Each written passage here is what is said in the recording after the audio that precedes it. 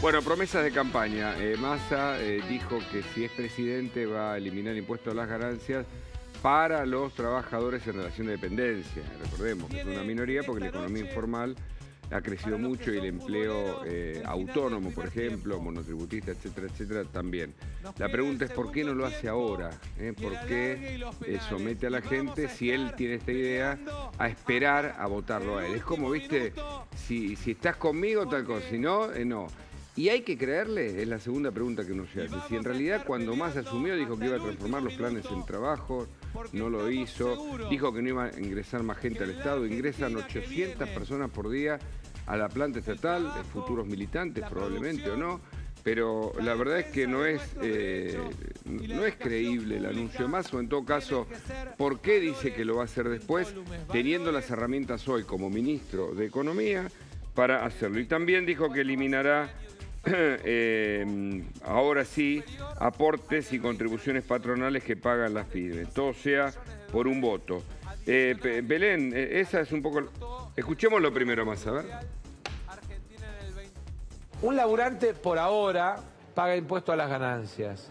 Y digo por ahora porque si soy presidente no van a pagar impuesto a las ganancias los trabajadores. Saca ganancias si es presidente, acaba de decir, ¿eh? Sí.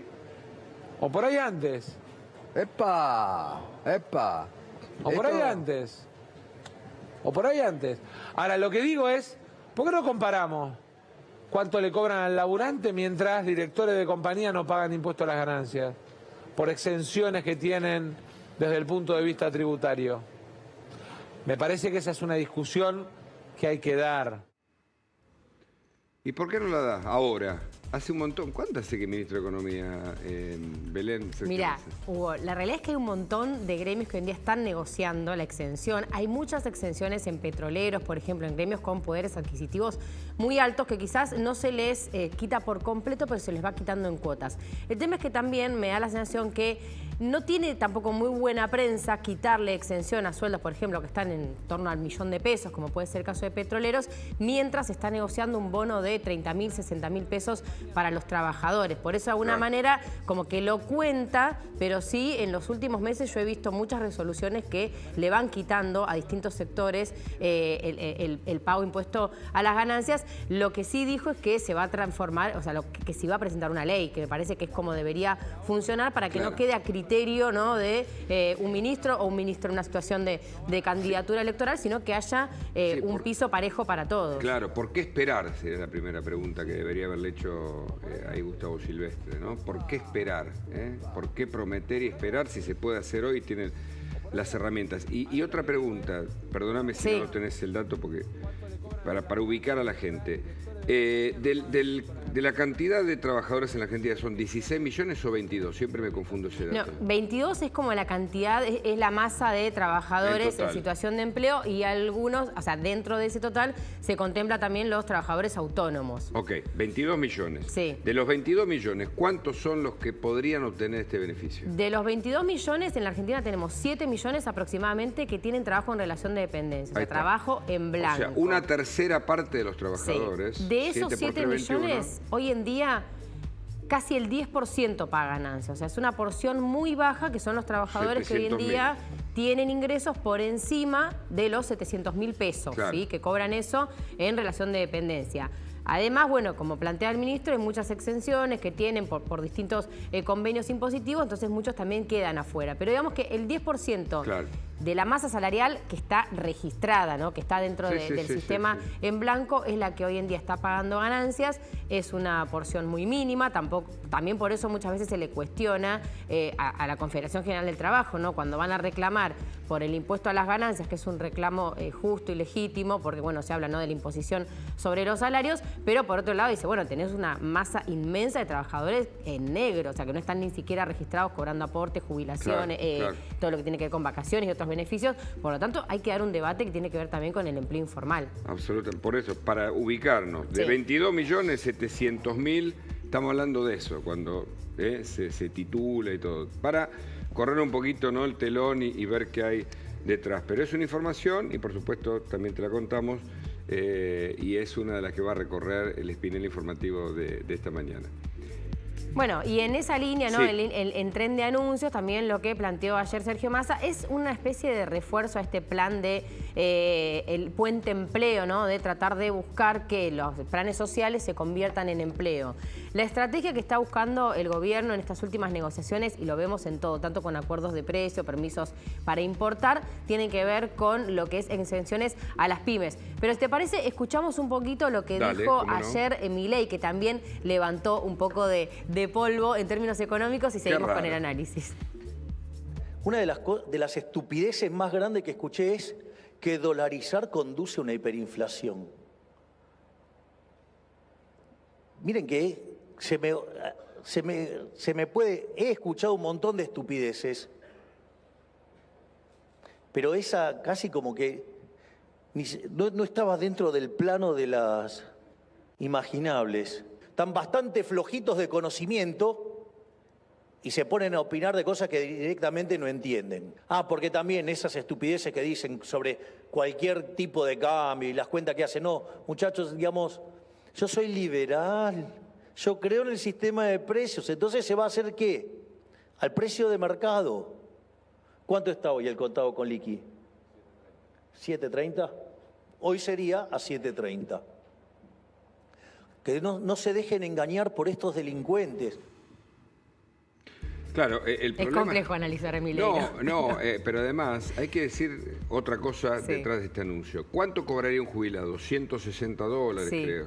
Pasa que él lo que está diciendo, claro, es que no se va a dolarizar al precio. O sea, hoy en día todos los analistas están haciendo un estudio que tiene que ver con la cantidad de dinero circulante que hay, más la demanda que puede aumentar. Son 13.000 millones de pesos. Claro, entonces, bueno, a ver, ¿cuántos dólares necesitas para transformar esos pesos en dólares? ¿De dónde los sacás primero? Él dice que pueden venir, bueno, suponete que puedan venir. Suponete que de repente... Que hay 300.000 millones de dólares en el exterior que pueden venir. Bueno, no es la plata que está suponete fugada, que eso digamos, que no está declarada. Sí, pero suponete, vamos a darle la derecha, suponete que puedan venir los dólares.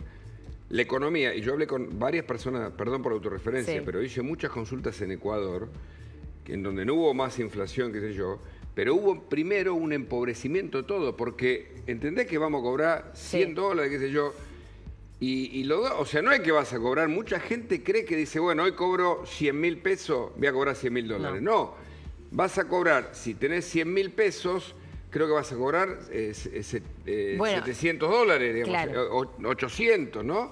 Si vale 700 y pico de pesos. Claro, sí, sería mucho menos. O sea, ¿entendés? Entonces...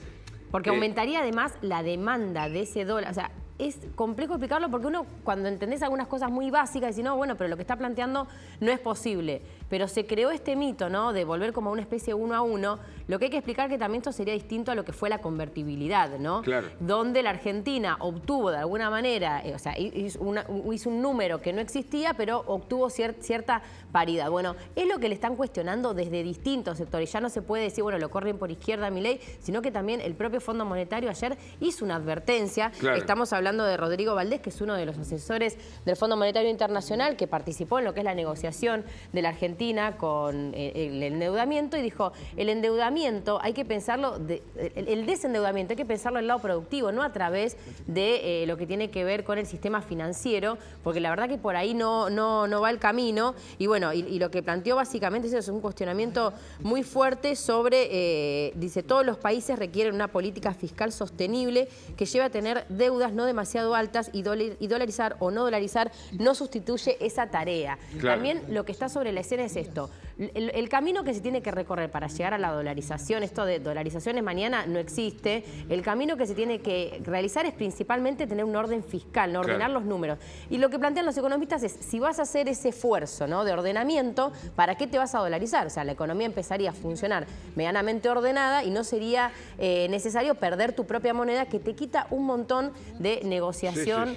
Por lo tanto, bueno, mucho debate. Una línea más para rectificar. Si vos cobras cada 100.000 pesos que vos cobrás, no sé, un sueldo, hay sueldo de 100.000 pesos, son $136. Claro. ¿Entendés? Entonces vos decís, eso ganaba al final. Sí. Y sí, eso ganabas al final. O sea, en el mundo vos ganás, no sé, 200.000 pesos, $270.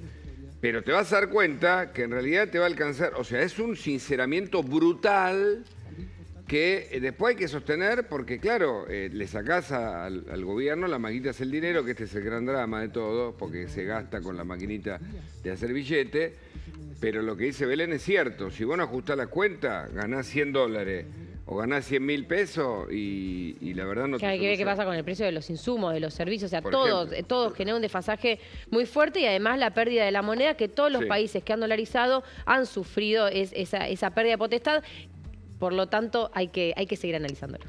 Muchas gracias.